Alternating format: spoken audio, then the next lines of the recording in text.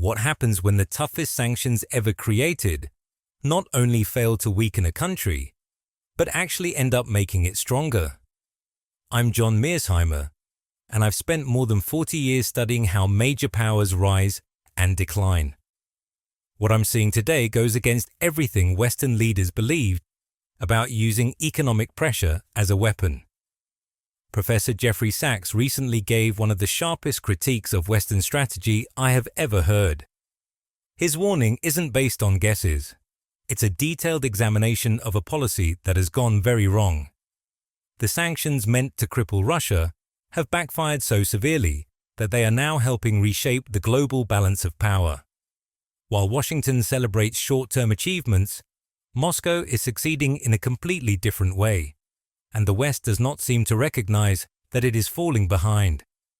When Russia invaded Ukraine in February 2022, I watched Western officials repeat a mistake I've seen throughout my career. They allowed anger to replace strategy. Their response was fast and predictable, a massive collection of sanctions unlike anything used before. They froze assets, cut Russia off from financial systems, blocked energy exports, and banned key technologies. The goal was straightforward: apply so much economic pressure that the Russian government would collapse. As a realist, I understood that this plan depended on a risky belief, that Russia had no other options. But Jeffrey Sachs noticed the same problem I did. The West was not fighting the type of war it imagined. While NATO focused on military pressure, Russia was working on something entirely different: weakening the West's economic dominance. And Putin was about to show that the true base of American power, the global role of the US dollar, was much less secure than many thought. The first major surprise arrived only a few weeks later. The ruble, which many Western experts had confidently predicted would collapse, did the opposite. It not only stopped falling, it grew stronger. By the end of 2022, it had even risen in value compared to the US dollar. Russia's economy, which some said would shrink by 15%, declined only slightly and then returned to growth, embarrassing many economists who had insisted Russia would face a complete meltdown. The government, which was expected to fall apart under pressure, actually tightened its hold. Instead of dropping because of economic troubles, Putin's approval ratings stayed steady. Wealthy business figures, who Western strategists thought would rebel, found new markets, redirected exports, and continued doing business in different ways. But these outcomes weren't the biggest shocks. The real turning point was deeper and more structural. Jeffrey Sachs pointed to what he calls strategic adaptation, Russia's rapid shift away from the West and toward a group of countries often referred to as the Global South Plus. This group includes China, India, Iran, Turkey, Saudi Arabia, Brazil, Indonesia, and the UAE, nations that together make up more than half of the world's population and an increasingly large share of the global economy. What surprised me most was how fast this shift happened. Trade relationships that normally take decades to build came together in a matter of months. Trade between Russia and China grew by 30% in the first year alone.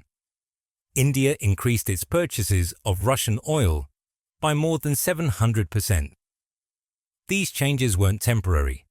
They marked long-lasting changes in how global trade is organized. I've spent many years explaining that in a competitive world, countries will naturally push back against any single power that becomes too dominant. What I saw between 2022 and 2024 was the fastest major power realignment in recent history. And it wasn't driven by Russian aggression. It was triggered by Western overconfidence. The energy sector offers the strongest example of how quickly things changed. Europe, guided by what Sachs describes as moral conviction rather than careful planning, cut itself off from inexpensive Russian gas almost immediately. The economic impact was swift and severe. Hundreds of factories in Germany were forced to close. French companies began moving operations to the United States and Asia. Within months, Europe's ability to compete in global markets sharply declined. Energy prices tripled, and in some places even quadrupled, forcing major manufacturers to shift production to America, where energy was cheaper and government subsidies offered additional support. I watched entire supply chains unravel. Chemical plants that had been profitable for decades suddenly could no longer operate. Steel production, long considered a foundation of Europe's industrial strength, dropped significantly. The automotive industry, already under pressure to move toward electric vehicles, now faced energy costs that made it difficult to compete with Asian manufacturers. While Europe struggled, Russia quickly redirected its energy exports toward Asia. China began importing more Russian oil than ever before, securing long-term deals at reduced prices. India became Russia's biggest customer after China, increasing its purchases by more than 1,000% in just a year and a half. Even close US partners like Turkey quietly expanded their energy imports from Russia. The biggest change, however, came from new infrastructure. Russia expanded its Power of Siberia pipeline, built new routes through Central Asia, and developed additional LNG facilities aimed at Asian buyers.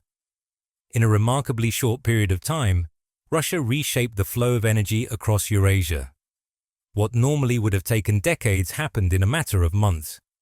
Europe, having given up its main source of affordable energy for symbolic reasons, ended up in a weaker long-term position in global manufacturing. But energy was only the first part of a much larger shift. The deeper and more serious challenge to US power involves the global role of the American dollar.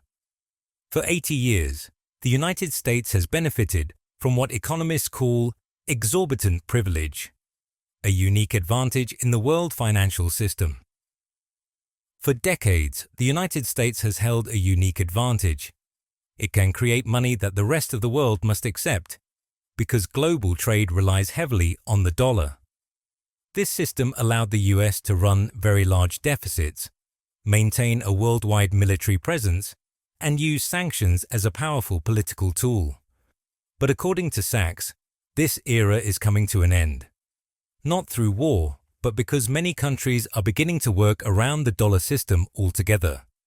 The BRICS nations, Brazil, Russia, India, China, and South Africa, have sped up the development of their own payment networks. The Shanghai Cooperation Organization is also building its own financial systems. Most importantly, major oil-producing countries are now accepting currencies like the yuan, ruble, and even the Indian rupee instead of the US dollar. The numbers make the trend clear. In 2021, only about 2% of trade between Russia and China used their own currencies. By 2024, that number had risen to more than 75%. Saudi Arabia, one of America's longest-standing partners in the Middle East, began accepting yuan for oil sales to China, something that would have been unimaginable not long ago. The expansion of BRICS in 2023, adding Iran, Egypt, the UAE, and Ethiopia, along with many other countries seeking to join, shows that this shift is more than symbolic. It reflects the creation of real, lasting financial structures outside the Western-led system. These changes include a new development bank, meant to compete with the World Bank, and new payment systems designed to reduce dependence on SWIFT. Every trade agreement completed without using dollars may seem small on its own, but together they form a major challenge to America's financial influence. As more countries conduct business in other currencies, the foundation of US economic power begins to weaken. My own calculations suggest that if even 30% of global trade moves away from the dollar, the United States will no longer be able to fund its large deficits simply by issuing more money. This would force the US to cut government spending, reduce its military commitments abroad, and rethink its overall role in the world. I've observed this shift with the calm perspective my academic training encourages, but also with increasing unease. What Sachs describes is not just another economic change. It is a profound transformation of the global order. What we are seeing now is the rise of a truly multipolar world, a world with several major centers of power instead of just one. History shows that these kinds of shifts are often tense and rarely smooth. The tragedy is that all of this could have been avoided. After the Cold War, the West had a chance to build an international system that included the interests of new and rising countries. Instead, it chose to hold on to its position of dominance. NATO expanded, economic pressure became a common tool, and attempts to reshape foreign governments continued, all in an effort to protect a unipolar moment that was never meant to last forever. Russia's ability to survive the heaviest sanctions ever used has now sent a powerful message to the rest of the world. Western economic pressure has limits. If Russia can withstand the strongest financial attack in modern history and still become more self-sufficient, why should any country be afraid of similar threats? This realization is spreading quickly, faster than sanctions can stop it. Across Africa, Asia, Latin America, and the Middle East, governments are quietly reshaping their economic strategies. They are reducing their reliance on the dollar, broadening their partnerships, and building closer ties with non-Western powers. I have seen this change myself at recent conferences and policy meetings. Officials from across the global South openly talk about hedging, maintaining relations with the West while steadily developing alternatives. Nigeria has discussed selling oil in yuan. Bangladesh has increased trade in Indian rupees. Argentina has explored joining BRICS. The pattern is clear. Countries are preparing for a world where the United States is no longer the unquestioned center of global influence. They are doing this not through sudden revolution, but through slow, deliberate steps away from Western-controlled systems. Sachs describes this trend as an awakening of sovereignty, meaning nations are rediscovering that they have genuine choices. The era in which Washington set the rules for much of the world is being replaced by a multipolar landscape, where power is shared among several regions. But this transformation is not only economic, it reaches into psychology, culture, and identity. For 30 years, Western political models, cultural values, and development strategies were presented as universal solutions. Now, other paths to success are showing themselves to be possible. China's Belt and Road Initiative, for example, has connected more than 140 countries through over $1 trillion worth of infrastructure projects, offering a different vision of global development. Unlike much Western development aid, which often requires countries to meet political or economic conditions, China's investments focus mainly on building physical infrastructure such as ports, railways, and telecommunications networks. The results can be seen throughout the developing world. African cities are now linked by Chinese-built rail lines. Nations in Central Asia are connected through new energy pipelines. Several South American countries have gained access to Pacific trade routes thanks to Chinese-funded ports. In this changing landscape, Europe has become one of the biggest losers. By relying heavily on American leadership, European countries have given up much of their strategic independence.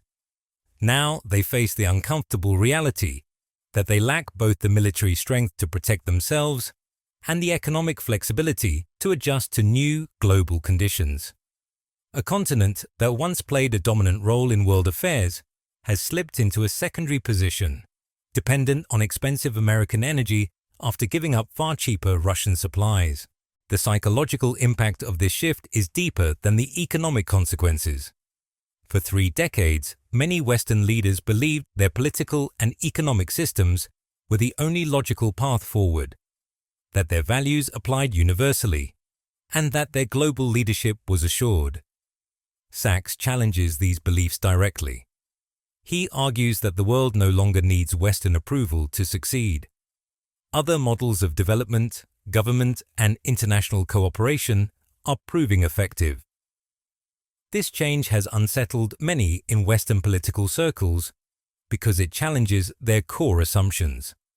If American global leadership is not inevitable, if Western values are not the only guiding standards, and if other cultures can choose their own paths, then the long-standing justification for Western dominance becomes difficult to defend.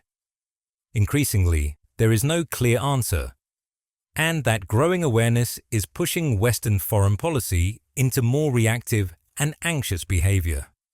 What worries me most, as someone who studies international security, is that powerful countries in decline often choose military action when their economic influence no longer works. History shows that this is a dangerous stage. When nations feel their strength slipping, they sometimes pick war over accepting a smaller role in world affairs. As economic pressure becomes less effective, the risk of military escalation grows. Sachs offers another way forward, which he calls cooperative multipolarity. Instead of fighting against global changes that are already happening, he suggests that the West should work with them.